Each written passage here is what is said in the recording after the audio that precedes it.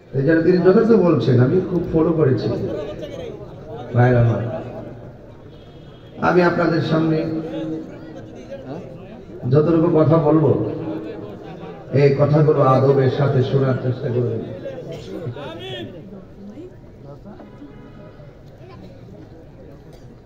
আপনারা জানেন যে এই দেশের মানুষ, হ্যাঁ আশিক ভাই আরেকটা কথা বলছে যে সমাজের মানুষের উচিত ভুল বোঝাবুঝি করে হোক আর আবেগের সাথে হোক, যদি দ্বন্দ্ব লেগে যায় ফাসলিহু বাইনাহুমা, এই দুইজনের মধ্যে দ্বন্দ্বকে যারা নিরসন করে দেয় তারাই সমাজের শ্রেষ্ঠ সন্তান। শুধু ঘুষখুরটির কারণে ফারা যায় না, এরা লাগাই রাখলে কিছু মাল খেতে পারে, ইচ্ছে করলে এক বসার মধ্যে দরবারটা শেষ করতে পারে, কিন্তু শেষ করে না। এটা লাগাই রাখলে কি হয়? হ্যাঁ, তবে যে যত ঘুষখুরি হোক, যুব সমাজ যদি একত্রিত হয়ে যায় সমাজকে পাল্টে দিতে পারে। আপনারা কি একমত আছেন? আমিও আপনাদের সাথে আছি। আমি সব মাহফিলে এই কথাগুলো দায়িত্বহীন কণ্ঠে বলি। আর এই জন্য তিনি বলেছিলেন যে যদি দুইটা দলের মধ্যে দ্বন্দ্ব হয়, যে মিট করে দিবে তাদের মর্যাদার কথা বলছিলেন। আসলে হাদিস শরীফে এটা আছে যে হাসরের মাঠে 7 শ্রেণীর মানুষ, কয় শ্রেণী বলছি? 7 শ্রেণীর মানুষকে আল্লাহ পাক আরশে আজিমের নিচে ছায়া দিবেন।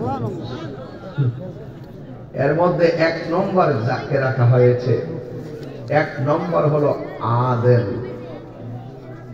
আদেল মানে হলো ন্যায় বিচারক, ঘুষখোর না, ঘুষখোর বিচারক না। আপনারা 3 জন লোক গোপনে গোপনে কাজ করেন, আস্তে আস্তে, হ্যাঁ 2টা লোক পাঠাইলে যারা বেশ করে আপনারা সহজে। বাবা আপনারা বসবেন, আপনি দেখছেন তো রাস্তায় অনেক লোক, আমি ওয়াজ শুরু করে হয়তো আরো আসবে, আপনার একটু আরামে যেখানে সুযোগ পান বসবেন, আর ভাই আসলে জায়গা করে দেবেন ইনশাআল্লাহ। হ্যাঁ, আমাদের কমিটিরা আসতেছে, আপনাদের সাথে একটু আদবের সাথে বলবে, আপনারা আদবের সাথে বসে দেবেন ইনশাআল্লাহ। তো যাই হোক, 1 নম্বর হলো ন্যায় বিচারক। কি বিচারক? ন্যায় বিচারক। আমাদের সমাজে কি ন্যায় বিচার এখন আছে? উঠে গেছে। এই প্রতিবাদ আর না, প্রতিরোধ করতে হবে। ঘুষখোর সর্দারকে আমরা বলবো না, না বলে রাতের অন্ধকারে 2 জনে ঝগড়া লাগছি, টাকা পয়সা কাউরে দিব না, 2 জনে বুক মিলে সমাধান করে পারব, তাইলে ওরা সাইজে দেব। আছে না? আমরা মসজিদে গেছি, ইমাম সাহেব দেখবেন এরা টাকা পায়া ফতুয়া ঘুরাইয়া, আছে কিনা কম? টাকা পাইয়া কি করে? ফতুয়া ঘুরাই ফেলায়। এটার জন্য জবাবদিহিতা করতে হবে। আচ্ছা, কামা তাদিন তুদান, যেমন কর্ম তেমন। আবার দেখবেন আমাদের সমাজে কিছু হলুদ পাতার সাংবাদিক আছে না? তারা যাচাই বাছাই না কইরাই নিউজ করে। এটা কিন্তু সমাজের অবক্ষয়। ন্যায্য যা আছে তা আপনাকে ওয়াজের মাঠে বলতে হবে, কাগজের পাতায় লিখতে হবে। মুখে বলবো একটা, কাগজে যদি থাকে আরেকটা চলবে?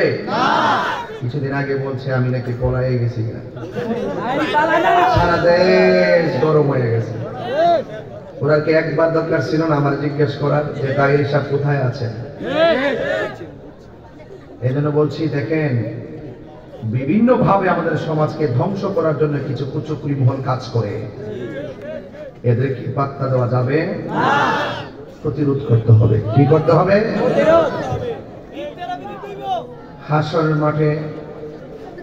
হাসরের মাঠে আরেক শ্রেণীর মানুষকে আল্লাহ পাক আরশের নিচে ছায়া দিবেন, যারা যৌবন কালে যারা ইবাদত বেশি। দেন জানা করে দেন তো, আমি কথা বলতেছি শুধু বসার জায়গা দেওয়ার জন্য। আমি জানি ওয়াজের মাঝখানে কথা বলে ডিস্টার্ব হয়, এই জন্য কথা বলতেছি প্রয়োজনীয়। এর ভিতরে আপনার মাঠটা গুছাই নেন ইনশাআল্লাহ।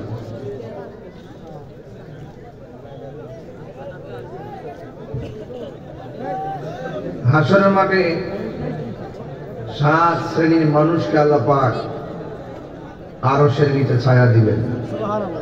এর মধ্যে এক শ্রেণী হলো ন্যায় বিচারক, আর এক শ্রেণীর মানুষ হলো যৌবনকালে যারা ইবাদত বেশি। সুবহানাল্লাহ বলবেন না? আরেক প্রকার মানুষ আছে দানশীল ব্যক্তি। কি ব্যক্তি? দানশীল।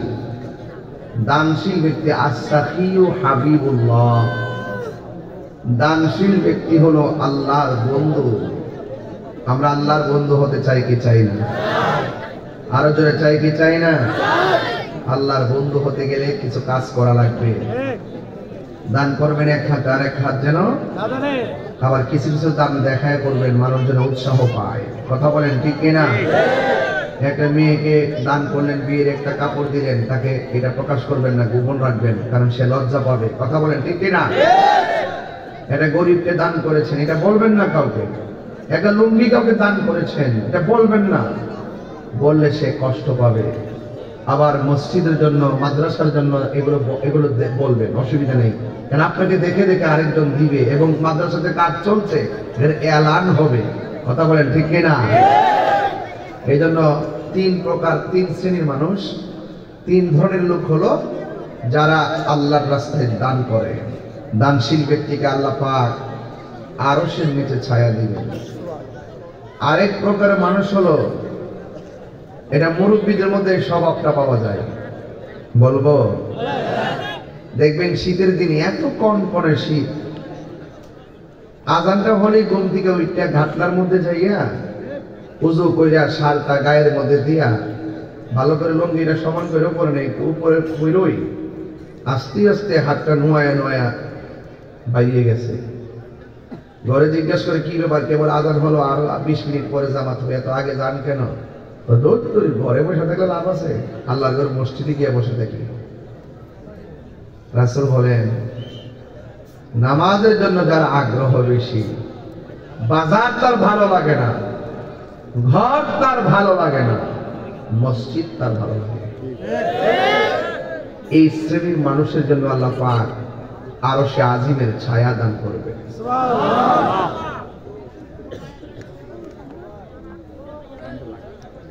আর এক শ্রেণীর মানুষ জিকির শুনলে তার ভালো লাগে। কার জিকির? আরো বড় করে, কার জিকির? আল্লাহর জিকির।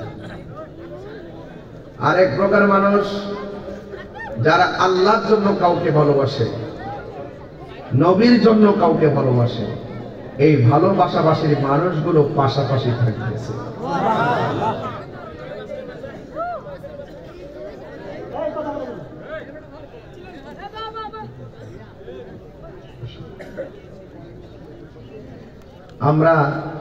আমি যেখানে এসেছি, আপনারা আমাকে ভালোবাসেন না? আপনাদের ভালোবাসাকে আমি আসছি না কেন? আপনারা যে আল্লাহকে ভালোবাসেন, আমি সে আল্লাহকে ভালোবাসি।